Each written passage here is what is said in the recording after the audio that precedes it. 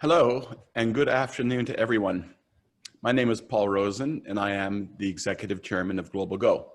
I have been an entrepreneur and an executive in the regulated cannabis industry since 2012, and I have been a cannabis enthusiast myself since 1978.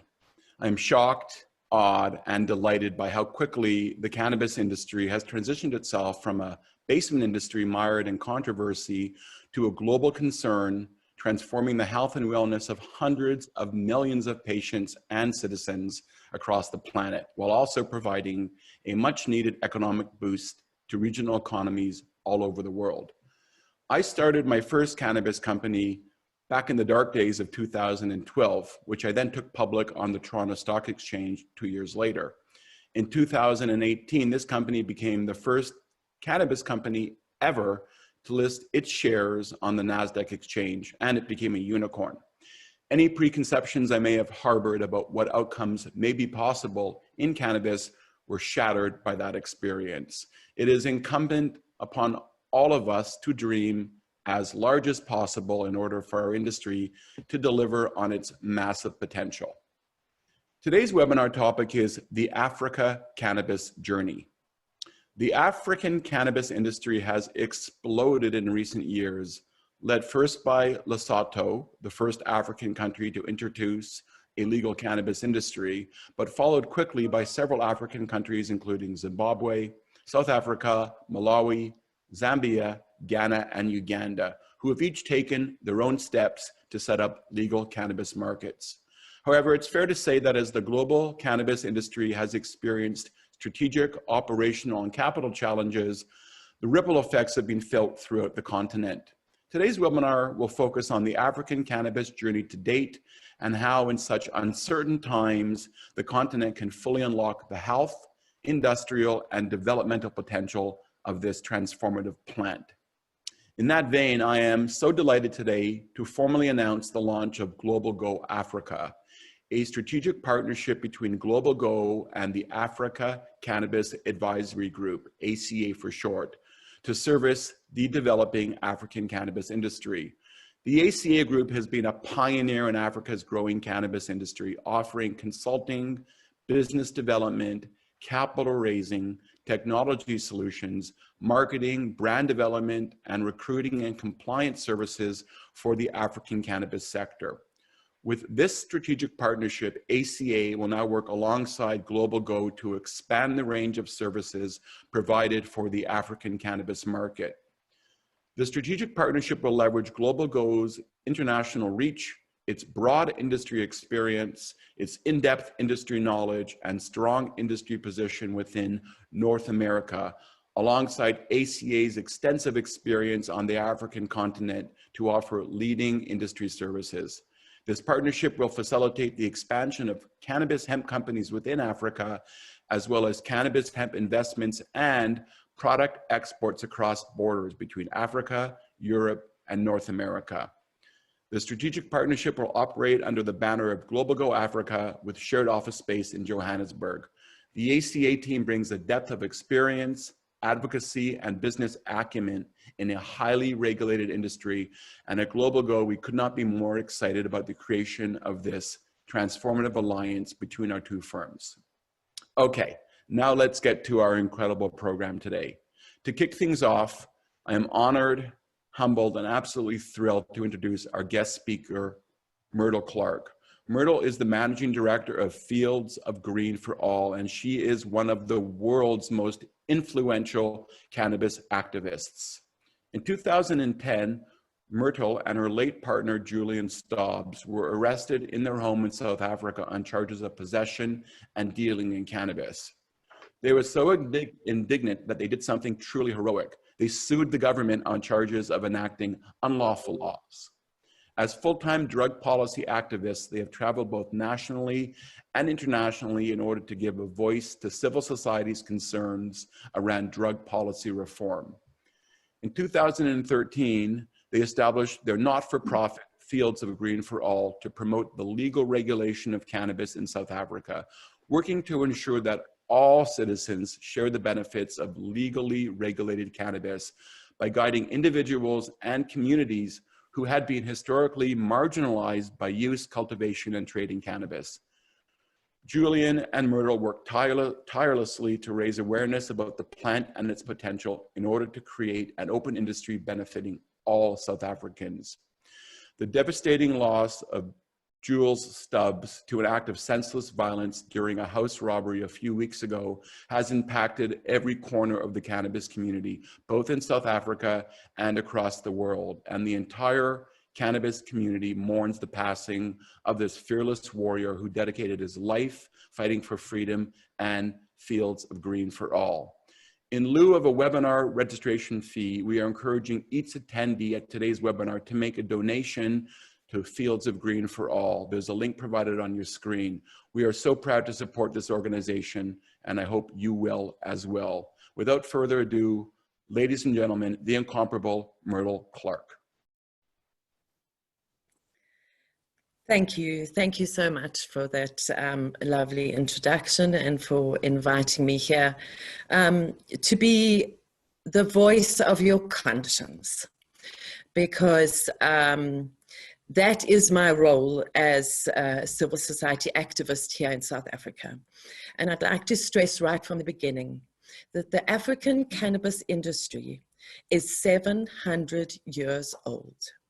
And this is something that I would like you to remember throughout of this webinar. The African cannabis industry is nothing new. It is something that is entrenched, it is endemic. Ever since the Arab traders first brought their seeds to our coasts, we have been trading, using, cultivating, and processing cannabis here in Africa.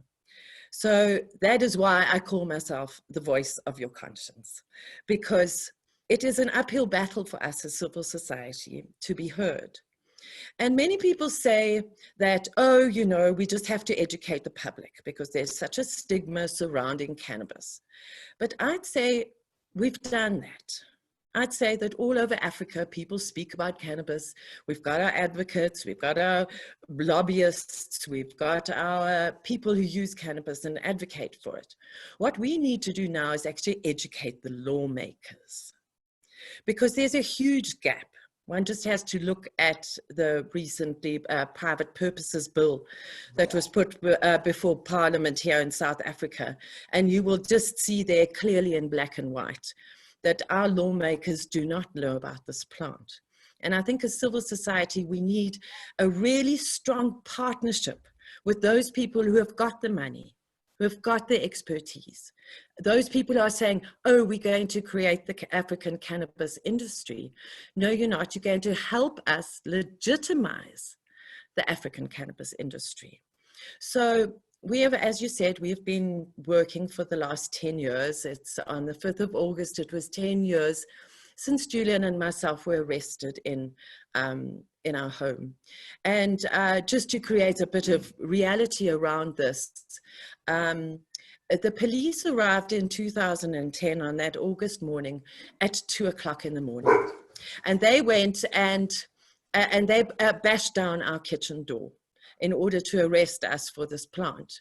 And I can tell you that the robbers who murdered Julian also came to our house at 2 o'clock in the morning.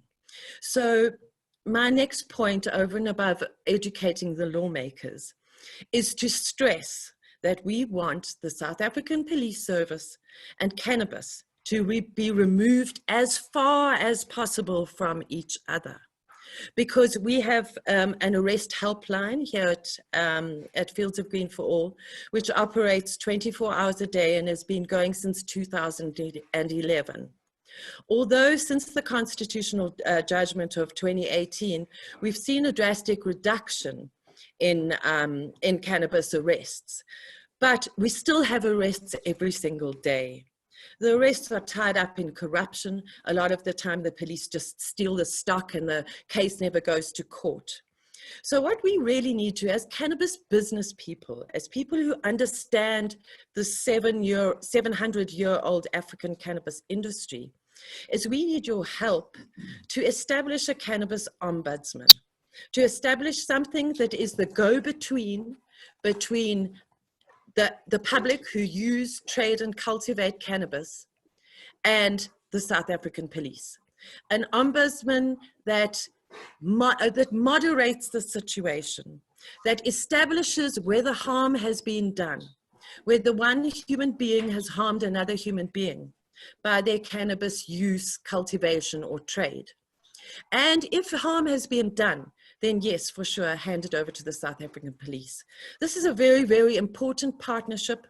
It's something that we can't do on our own. It's something that is going to take money to set up, and it's something that is really very, very, very important. Before anybody buys any cannabis stocks, before anybody speaks about the gazillions and millions that are going to be made by the African cannabis industry, we have to stop the police. This is very, very important. And in order to do this, we have we've been writing for the last almost 6 years a manifesto for regulation, and you'll find this manifesto.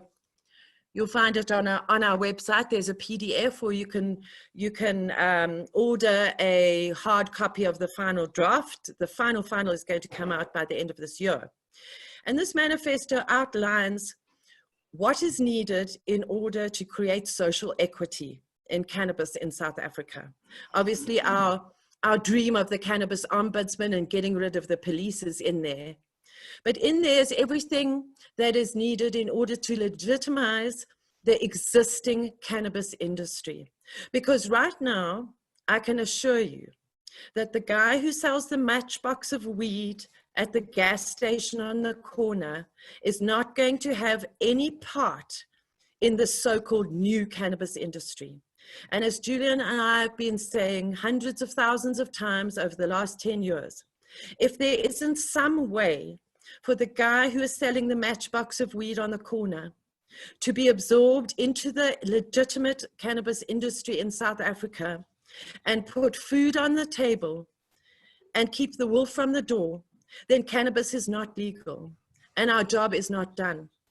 So that is another way in which commercial cannabis people who have all this experience and all this expertise and all this money can help to absorb these people who are marginalized. The farmers down in Pondoland who are sprayed by glyphosate, who are still having problems with their soil quality, who are still being arrested by the police when they're trying to get their produce to their markets. So this is where we need your help. We really need your help, is to look after the marginalized people. And we're not talking about jobs. We don't want jobs. We want empowerment. We want empowerment so that we can be part of the conversation. And right now, the people who have got the money have got the ear of the government. Our government loves bright, shiny things and making promises. You know, our government promised houses to everybody in 1994. South Africa is exhausted. We're upset. We're traumatized. And every single webinar that I attend, the first thing people say, oh, it's going to be worth 750 billion. No, it's not. Stop overselling it to us, because South Africa is tired of broken promises. And the guy with the matchbox, I'll keep coming back to him. He's not going to see any of that. He might get a job at minimum wage. So that is really our mission. And a way that we have devised and that we have been inspired by European activists to do this, and to start by doing this right now, is to establish cannabis social clubs, because we already have our privacy judgment. Although the privacy judgment bill leaves a lot to question, I can tell people that there are already 40 or 50 cannabis social clubs operating, maybe on the fringes of the law, but the Cannabis Social Club, and we call them Dagga private clubs because we love calling cannabis Dagga, that's our word. Our Dagga private clubs need assistance. They need assistance to be the best that they can be. And a Dagga private club can be opened in a shack, in a squatter camp, or it can be opened up in an upmarket area. It is one model that can, it's one size fits all, and it's a start. And if we don't close that gap between GMP, iOS, SBT, whatever regulations and quality control and this license and that license, and you've got to comply with this, that, and the other. If we don't close, that's very necessary. If we don't close the gap between that and the guy who sells the matchbox, I'm afraid I'm going to be fighting until I'm very, very old. So this is what we are looking for as civil society. We're looking for a partnership. We're looking for you not to oversell it, Listen to me. We do not have a utopian vision here at Fields of Green. We have a vision that deals with the police. We have the vision of the people at heart who use cannabis to put food on the table, not stocks and shares and money in the bank. I'm talking loaves of bread. I'm talking school shoes. So let's carry on talking. I'm very inspired by the big commercial aspect of cannabis. I think the potential is awesome, but I have to exercise caution. And so I thank you very, very much for inviting me to be a guest speaker here, to be the voice of your conscience. And I really look forward to us all working together to create this balance. And I'm really looking forward to the presentation by Myrtle Clarke from Lesotho, because I think that she will echo what I say. And I'm looking forward to what Sibs has to say about the South African National Cannabis Survey, because that's another tool that we can use to close the gap. So I'm looking forward to sitting on the sidelines, participating in the chat. And thanks very much. It's lovely to connect with everybody around the world. Bye-bye. Wow, Myrtle, that was an incredibly inspiring and, quite frankly, an urgently important message. This is the type of leadership that our industry needs. I'll say from my experience in Canada that we could have done better. We tended to turn it into big business, and we forgot about the tireless advocates that had contributed even their liberty in pursuit of a plant that we're all celebrating and planning, you know, our next big commercial enterprise. So the best cannabis economies are the ones where we don't try to obliterate the unregulated market.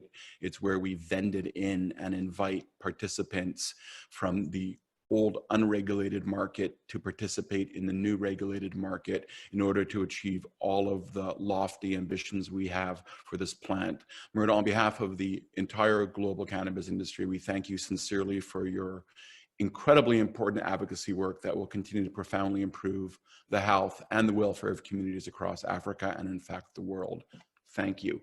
I'm so pleased now to bring our partner, Sibusiso Xaba, the co-founder of African Cannabis Advisory, to analyze and discuss the recent South African Social Surveys Institute nationwide survey. Social Survey Institute is working on a comprehensive survey to better understand the profile of cannabis users, growers, investors, and other key stakeholders in the industry to better inform policy development. Global Go and ACA are proud to support this important initiative, and the findings of the survey will actually be a topic for a follow-up webinar in December. Ladies and gentlemen, Sibusiso Xaba. Thanks so much, Paul. Appreciate that introduction. And to everyone joining us from South Africa, Europe, US, and other parts of the world, welcome to our webinar, our first webinar, Africa webinar today. We are really honored to have you all join us today.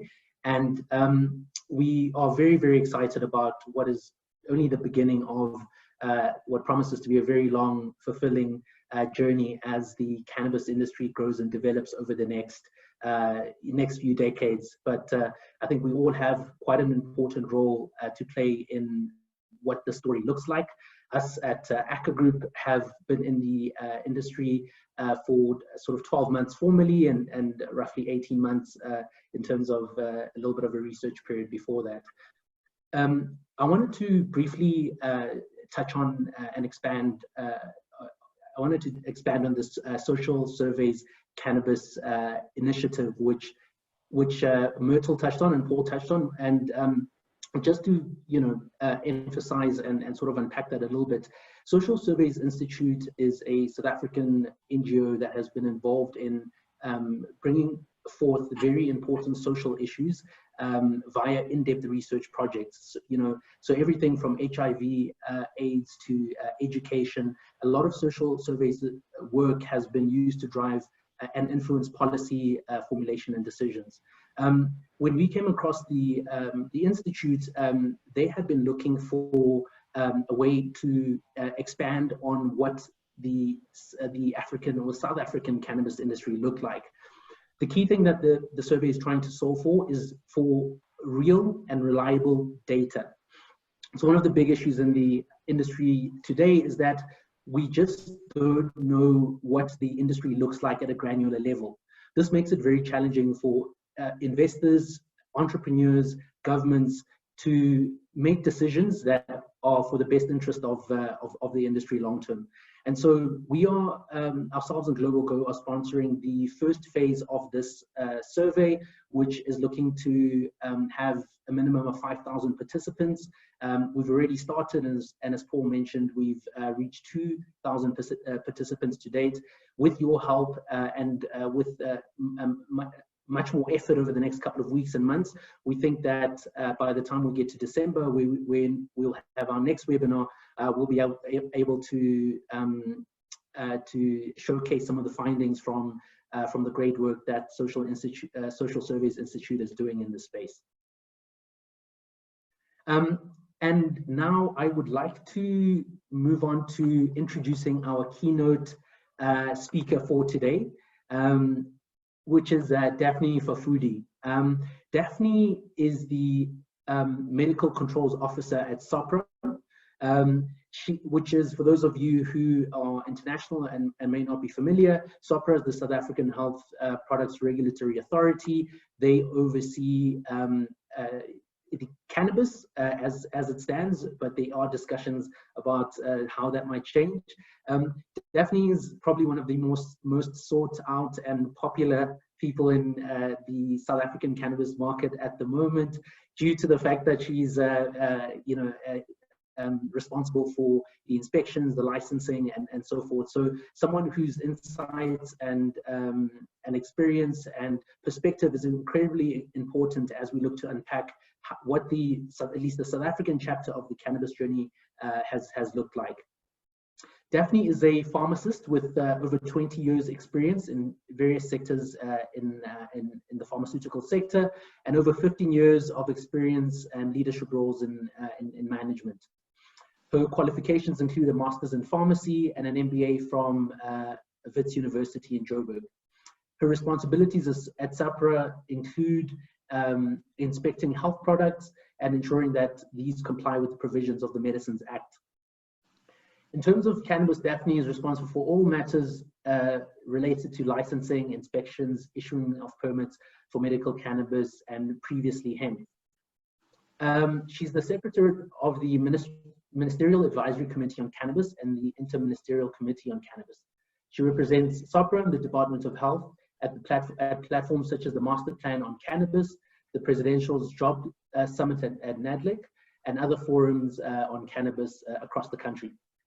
Her other roles outside of work include mentoring professionals, and she has been a professional leadership coach for Wits MBA students. Please join me in welcoming Daphne for the keynote today. Thank you so much. Thank you very much, Sibs, and greetings to everyone joining this webinar.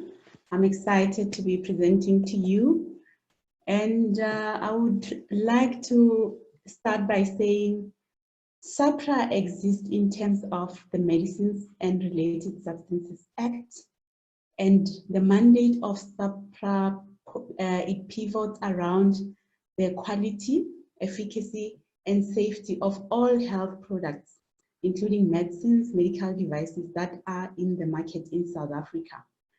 So please, as I'm giving this note speak, I would like you to take that we are responsible for ensuring that the public of South Africa receive quality, safe, and medicines or health products that are of a good standard, high standard in terms of safety, and they do what they are meant to do.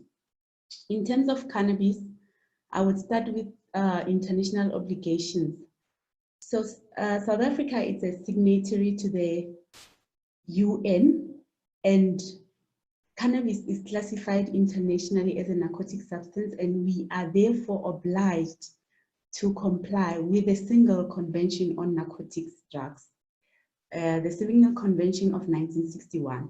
So therefore, the UN expects signatory members to comply in terms of putting systems in place for control, and also we report on consumption in terms of our country's usage on cannabis to the INCB of the United Nations.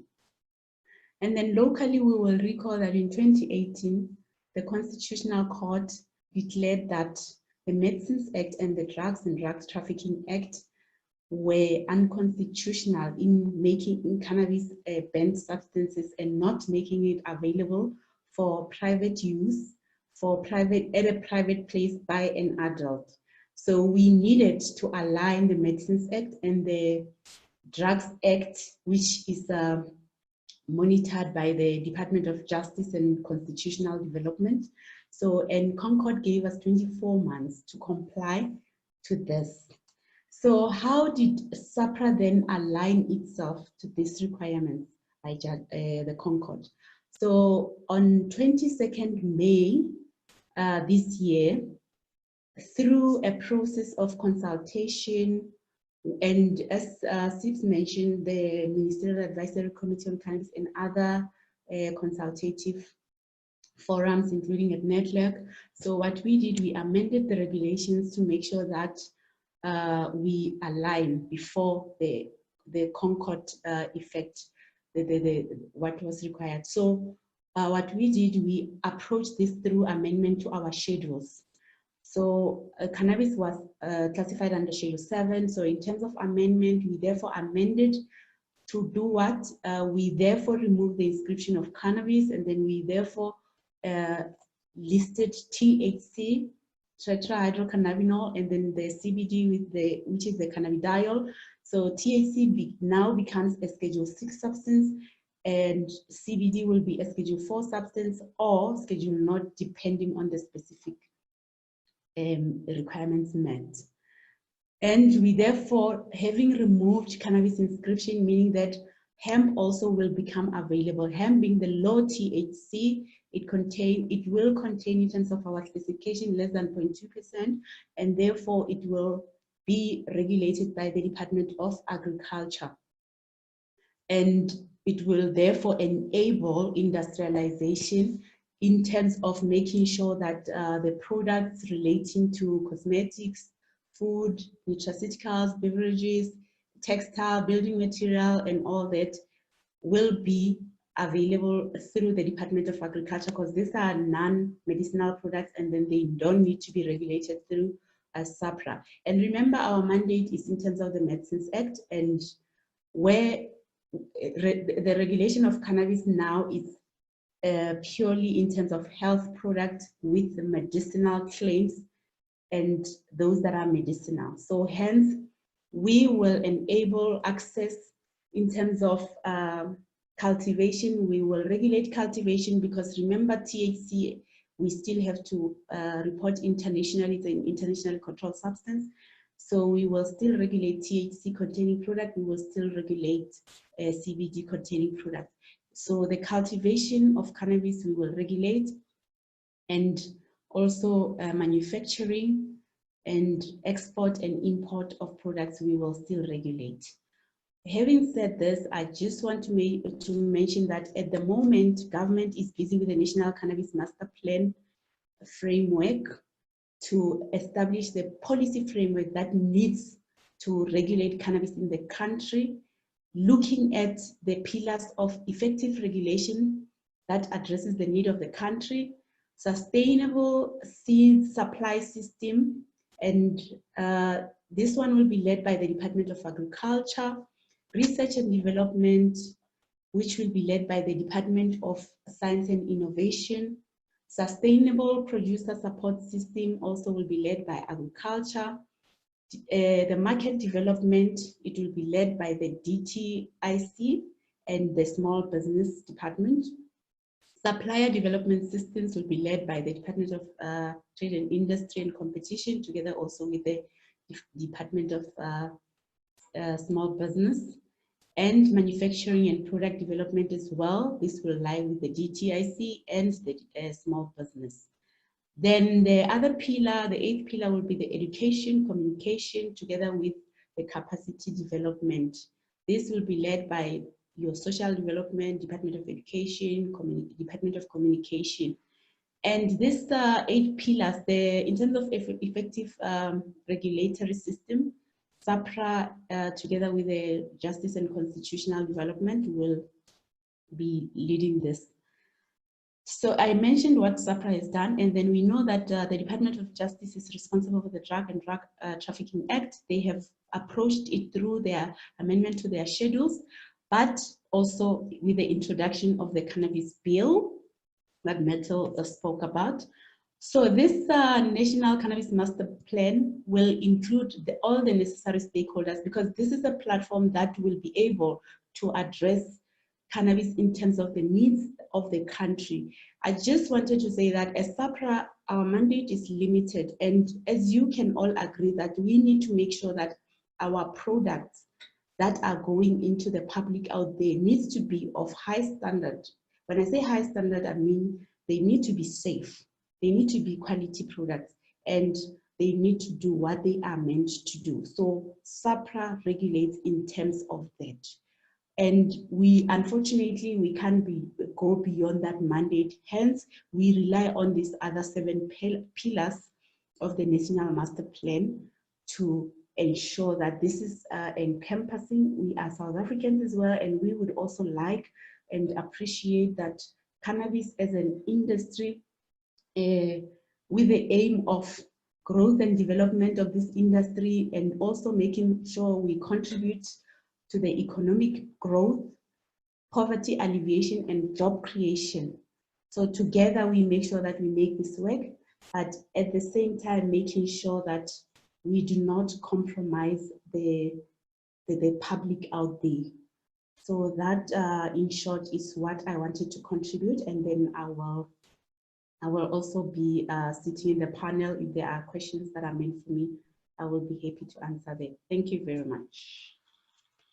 Daphne, thank you so much. That was incredibly informative, and we're grateful for your participation, and we're looking forward to hearing from you again in a few minutes when our panel starts. Okay, let's get on to that panel. Just a quick housekeeping matter for members of our audience. If you do wish to ask questions, which we encourage you to do, please use the Q&A button rather than the chat button. And then I'll do my best to get to those questions towards the end of the panel. Our moderator for today's panel is Bronwyn Nielsen. Bronwyn is one of Africa's most experienced and respected broadcasters. With over 25 years experience, Bronwyn has been, for example, repeatedly called upon by the World Economic Forum and leading business organizations and institutes, including the African Development Bank and the Africa Business News, to moderate key sessions at their global events. Bronwyn has vast media expertise and a deep understanding of business and finance through both her broadcast experience and insights into the corporate world, having held senior positions with several publicly listed companies. Bronwyn was an executive director at Africa Business News, with responsibility for setting the content agenda for all companies within the ABN group. Bronwyn was the editor-in-chief at CNBC Africa for 4 years. And since 2017, Bronwyn currently serves as CEO and founder of Nielsen Media and Associates. Bronwyn, take it away. Paul, thank you very much for that introduction. We're going to go straight into our panel discussion, and it gives me great pleasure to introduce our panelists. Of course, we're looking at the African cannabis journey, and we're looking at how we are really going to get the industry to develop in these uncertain times so that the continent can unlock the health, the development potential, and also the industrial potential of cannabis. So joining me, Sibusiso Xaba, the CEO of Global Go Africa, co-founder, CEO of Africa Cannabis Advisory Group, and you've met Sibusiso earlier in the conversation. Joy Olivier, who is a passionate social entrepreneur. She's the co-founder and director of Botanican. We're also joined by Tseli Xaba, advocate Tseli Xaba, from the African Union, and she's the expert committee on cannabis at the African Union. Thank you so much for your time. And of course, we do have Daphne as well, who, if we do need to go to that regulatory environment after that very powerful presentation from Daphne Mogadi Fafudi, and of course the amazing opening address by Myrtle Clarke. And I want to start right there, Sibusiso. Myrtle saying that we're talking about an industry that is 700 years old. The African cannabis industry is 700 years old. So let's talk about, and I want to jump in with the comparison to South America, because both territories, Africa and South America, claim the best operating conditions and the most cost-effective operating conditions for cannabis. Give us the reality. Sure. Thanks so much, Bronwyn.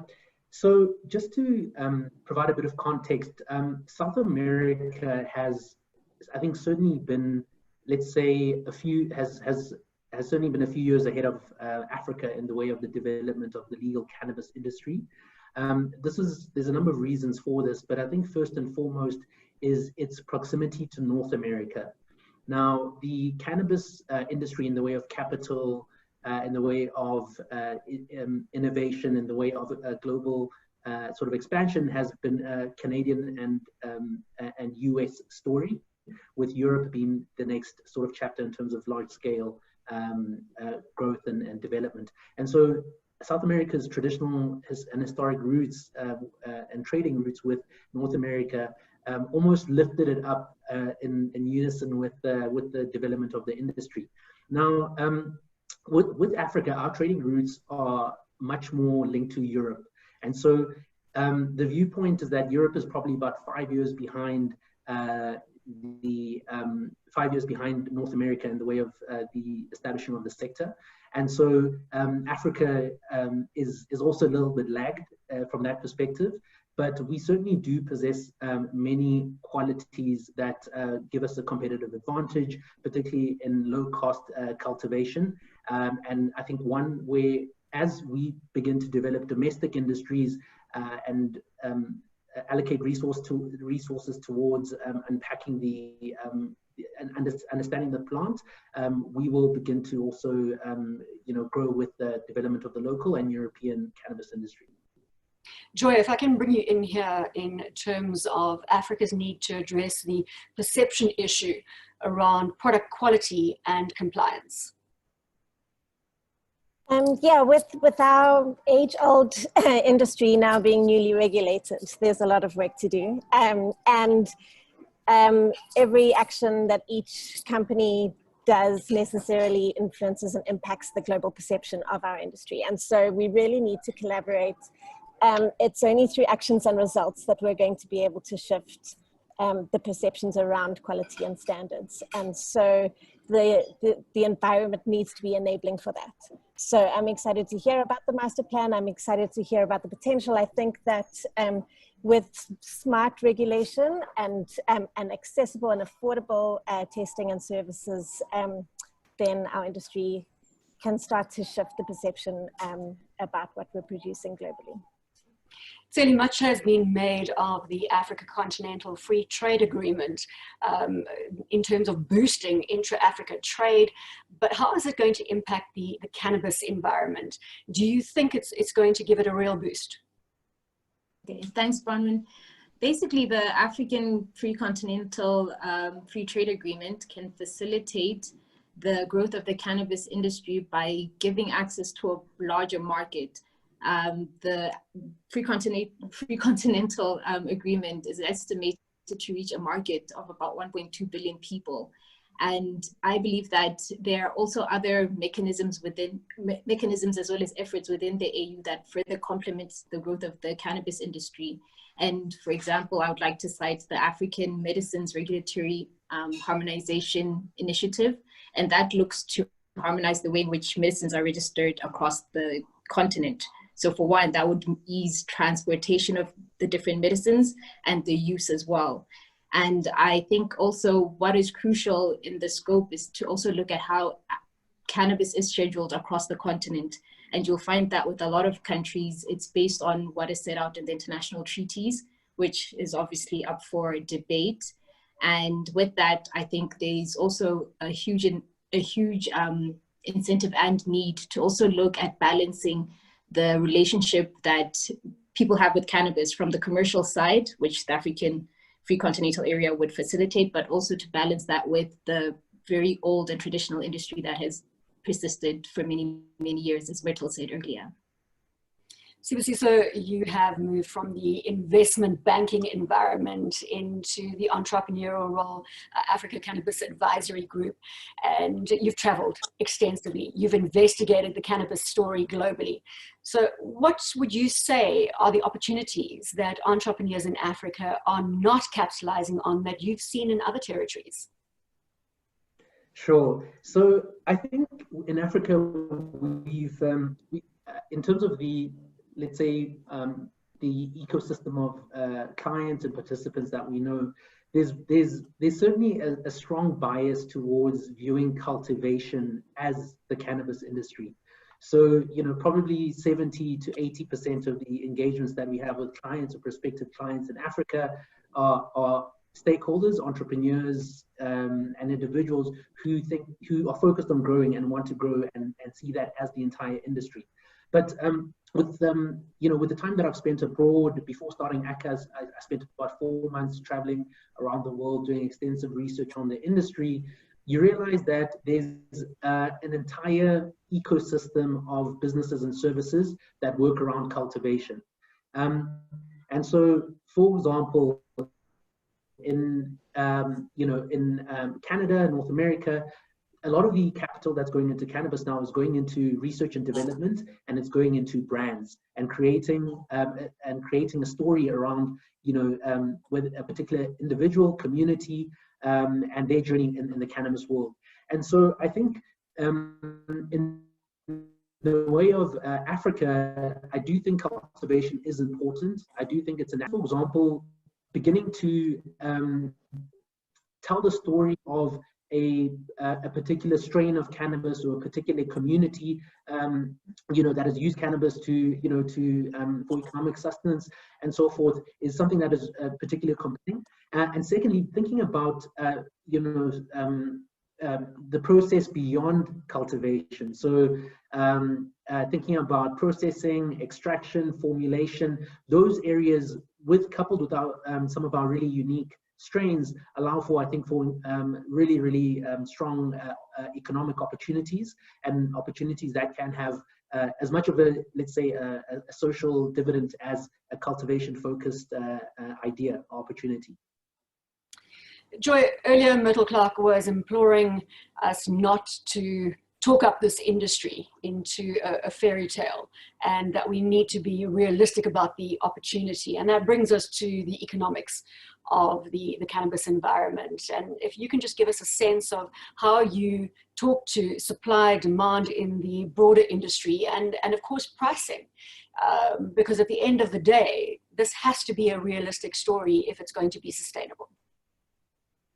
Yeah, and it's tough. I mean, it's certainly not a fairy tale. I think my experience of the last year and a half has been the opposite of that.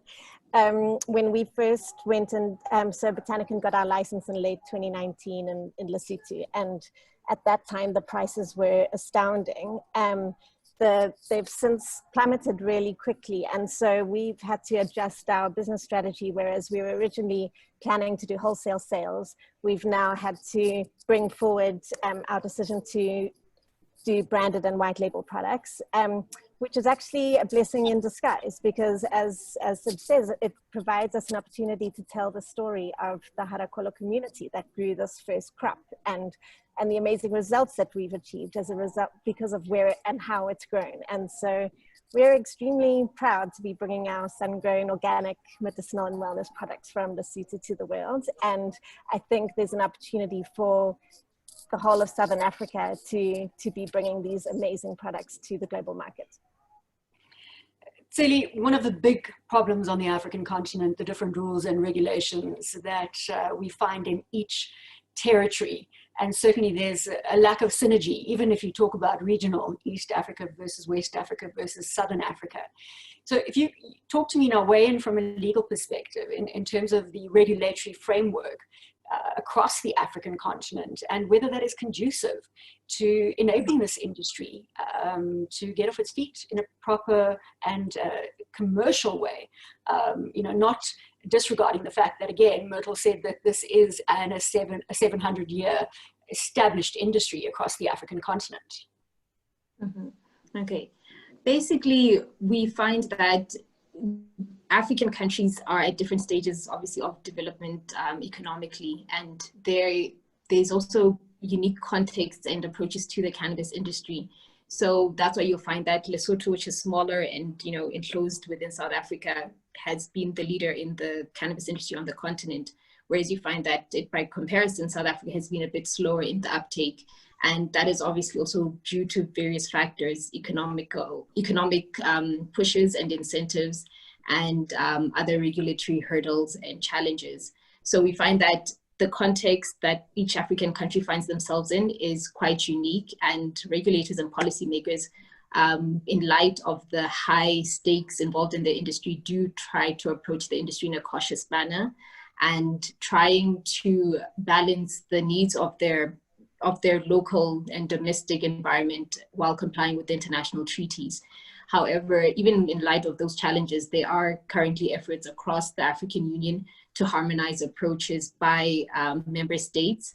However, these cannot be imposed on member states, but it is hoped that they would form guidelines and basically provide an incentive to harmonize and have coordinated approaches that would give access to better resource allocation, better value chains, and better coordination. However, the challenge of harmonization, that's across the board. We have it in the United States, where each state has its own legal system. Canada is probably a better example, where at least on a federal level, national level, there's more consistency. And I believe European countries are also battling with the same challenge and are trying to harmonize and coordinate approaches to the cannabis industry as well.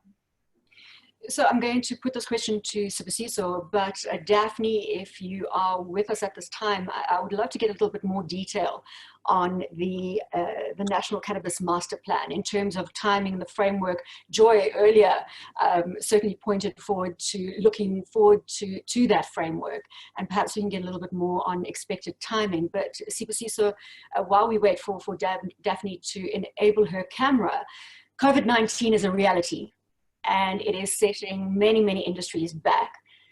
There's a lot of new money flowing into the commercialization of cannabis at this point.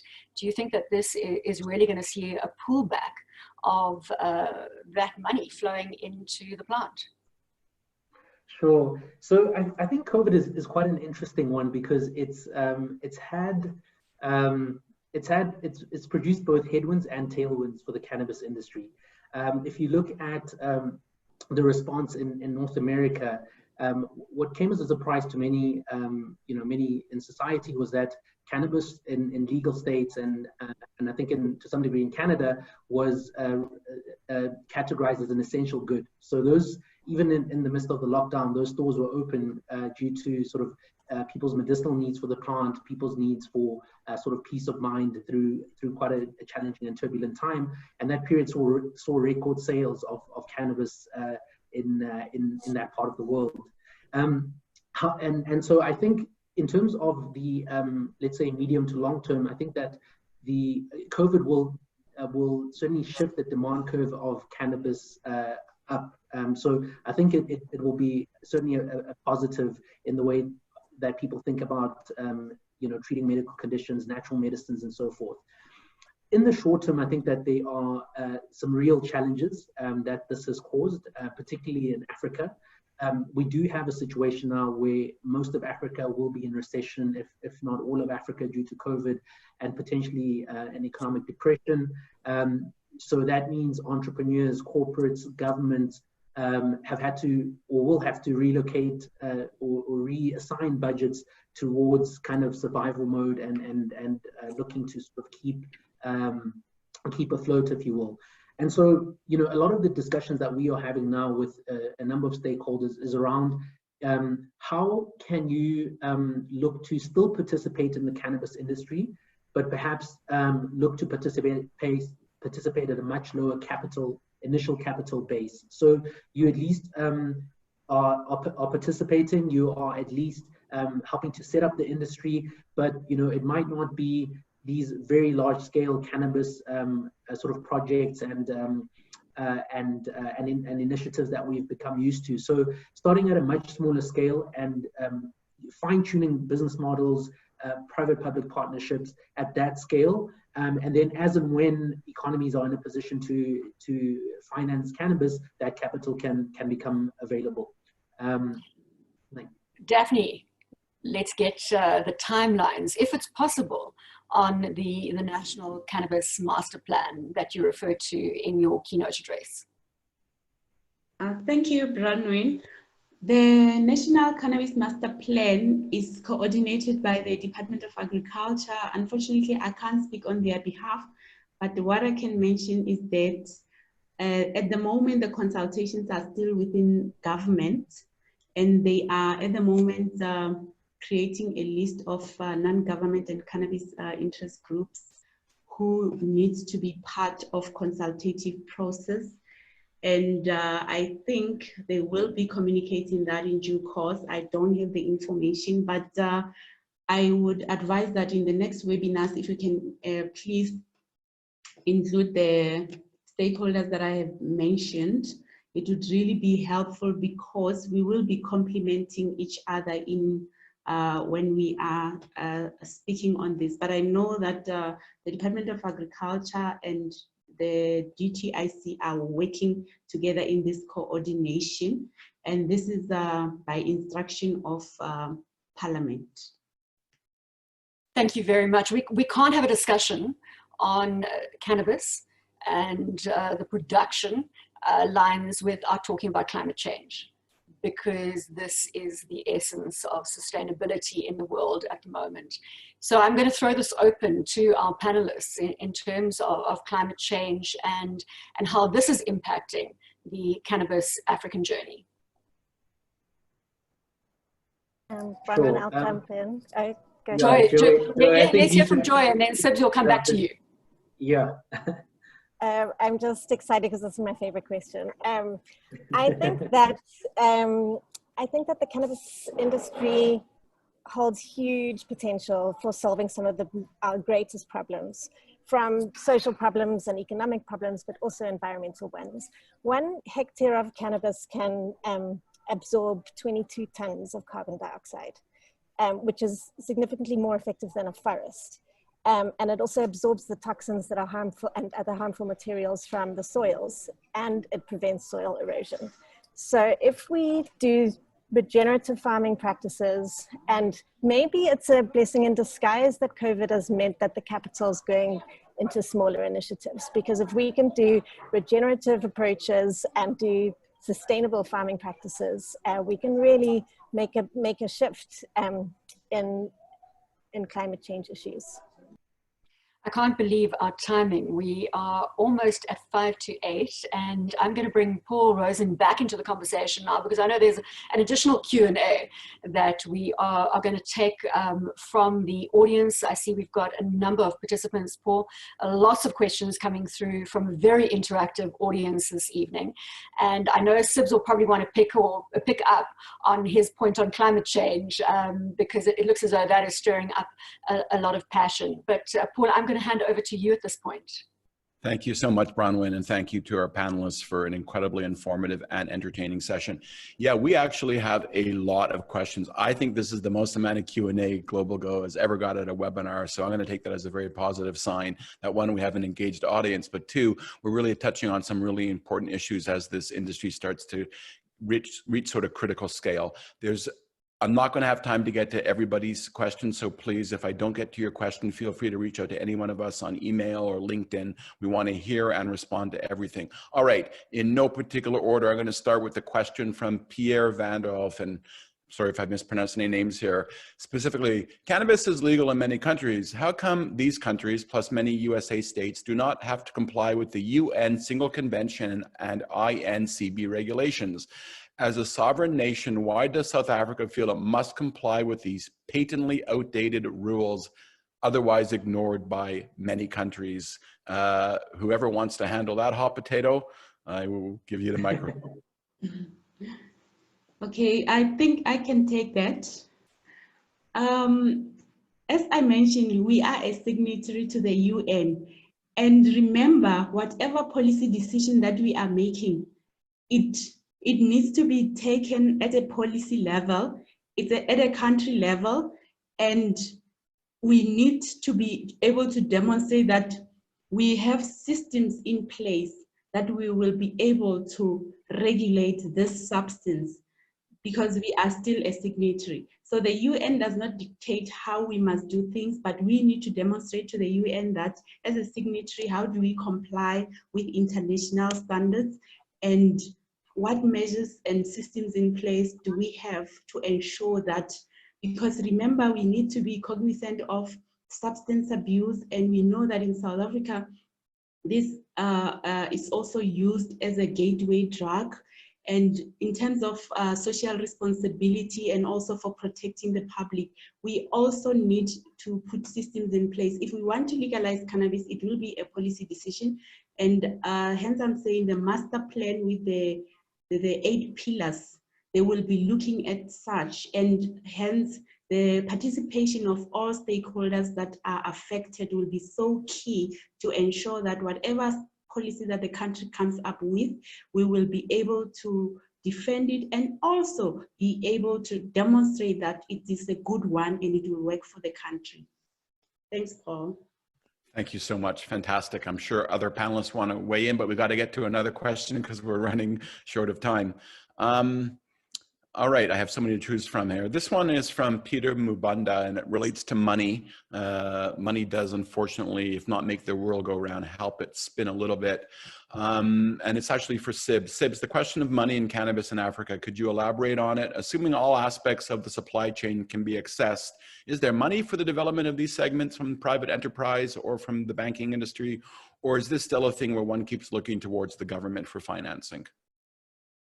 Sure. So I will say that capital is probably the biggest challenge in the industry right now, especially on the continent.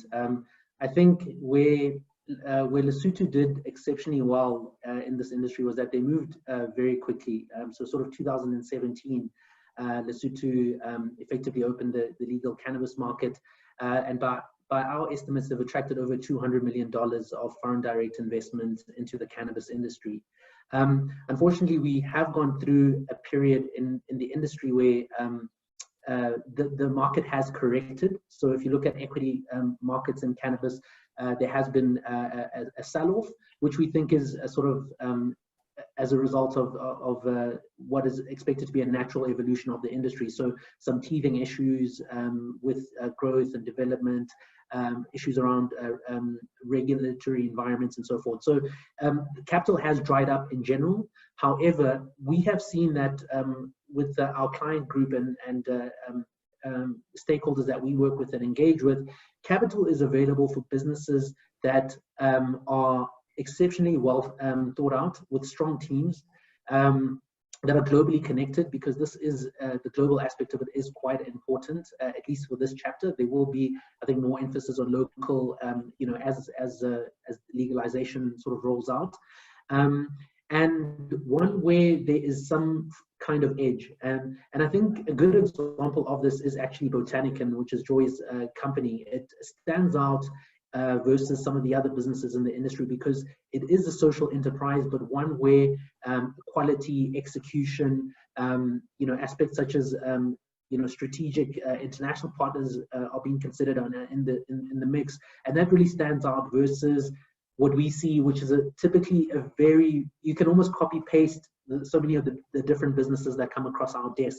And so doing that extra bit of work to understand the industry, you know, at a first principles basis, formulating, putting together a very strong team and looking for an edge, whether that is in sort of IP formulation, building a brand and a story, you know, or a very unique strategic partner that could really help you stand out. The capital is there; it's much smaller pool, but from high net worth and family offices, we certainly have a group of investors that are looking at the space very seriously.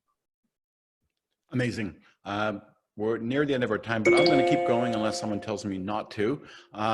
This relates to the cosmetic industry. So this is another scramble question. If SAFRA regulates medicines with cannabis, does that mean people who make cosmetics with CBD oil do not need approval from SAFRA, or must they still go through SAFRA?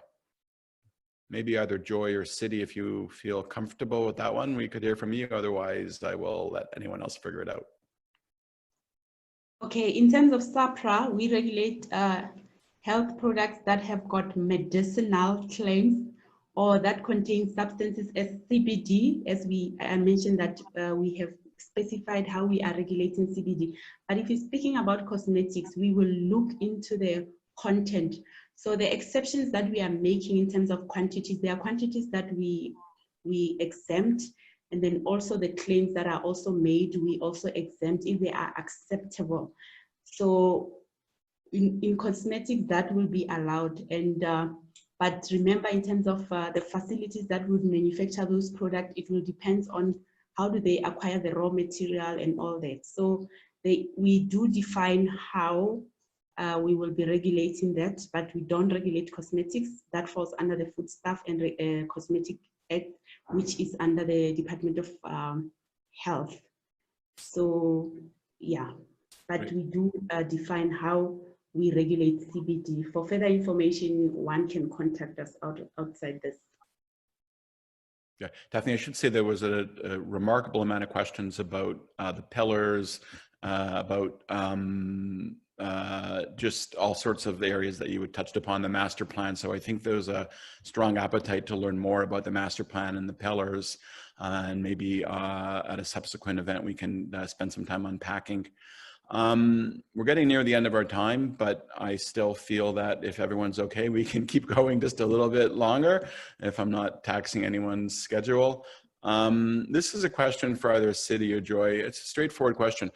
How can people get involved in the industry on a grassroots level to either empower their own communities or even to start making changes in local laws?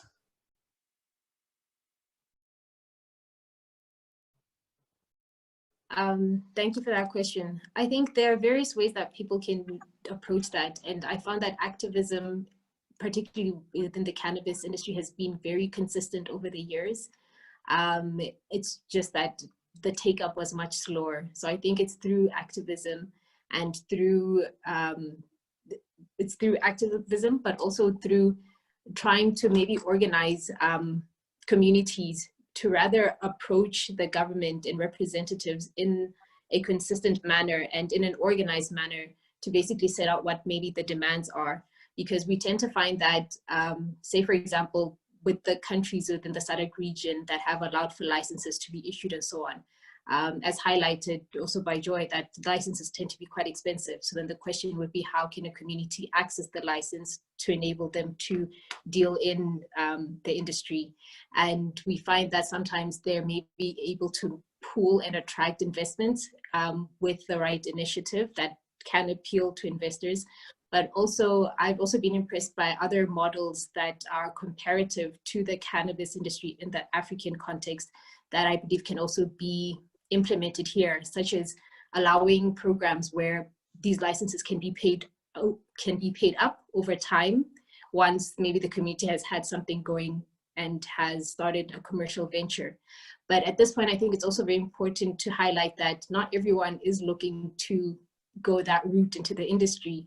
Not everyone is in it for commercial venture. We have many people, even particularly in Lesotho and across the continent, that have been dealing in cannabis in various ways for traditional medicines, for their own personal and private use. And I believe there needs to be a space left for that. And South Africa has made steps to ensure that through their privacy laws. So I do wish that more countries would provide that avenue and margin for the communities as well. Amazing. Thank you so much. We have time for one more question, which I'm going to direct to Joy. This is from Alfredo Pascual. Joy and panel, but specifically Joy, do you think that by prioritizing exports, meaning that there's been export-oriented regulations that have been buttressed with promises of billions of dollars of exports that could be accomplished. Are you concerned that African countries have so far missed an opportunity of generating robust domestic markets in their focus on export markets?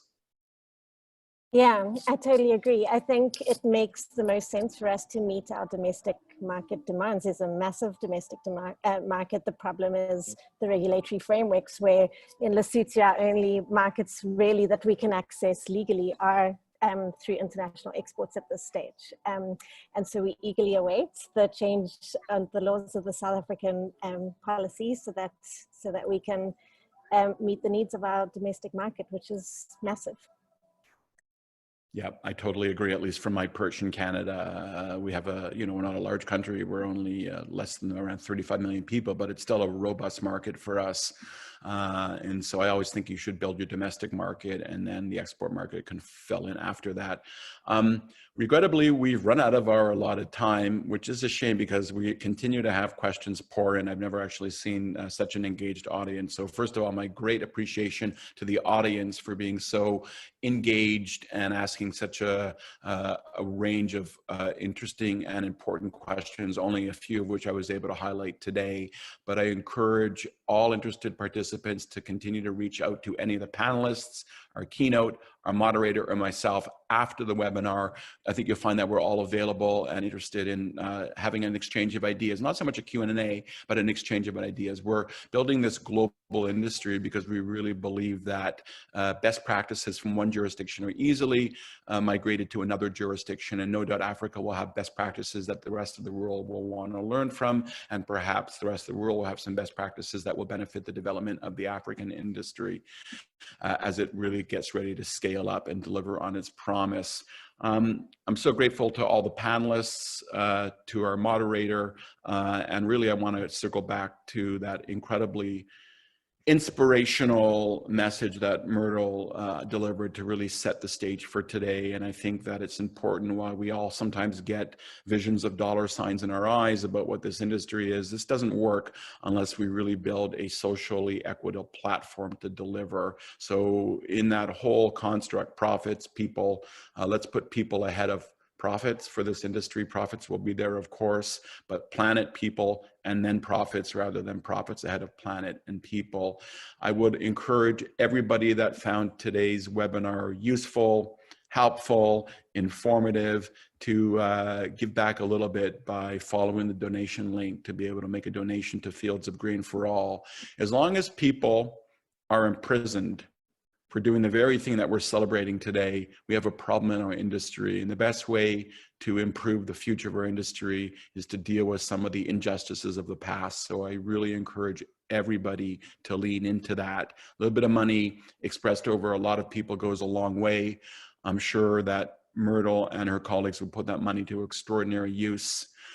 That's it for today. On behalf of Global Go, I'm Paul Rosen, looking forward to our next opportunity to get together, and looking forward to watching Africa become one of the paramount and most influential cannabis economies in the world. Thanks so much, everybody, panelists especially. Godspeed, and we look forward to our next gathering. Bye-bye.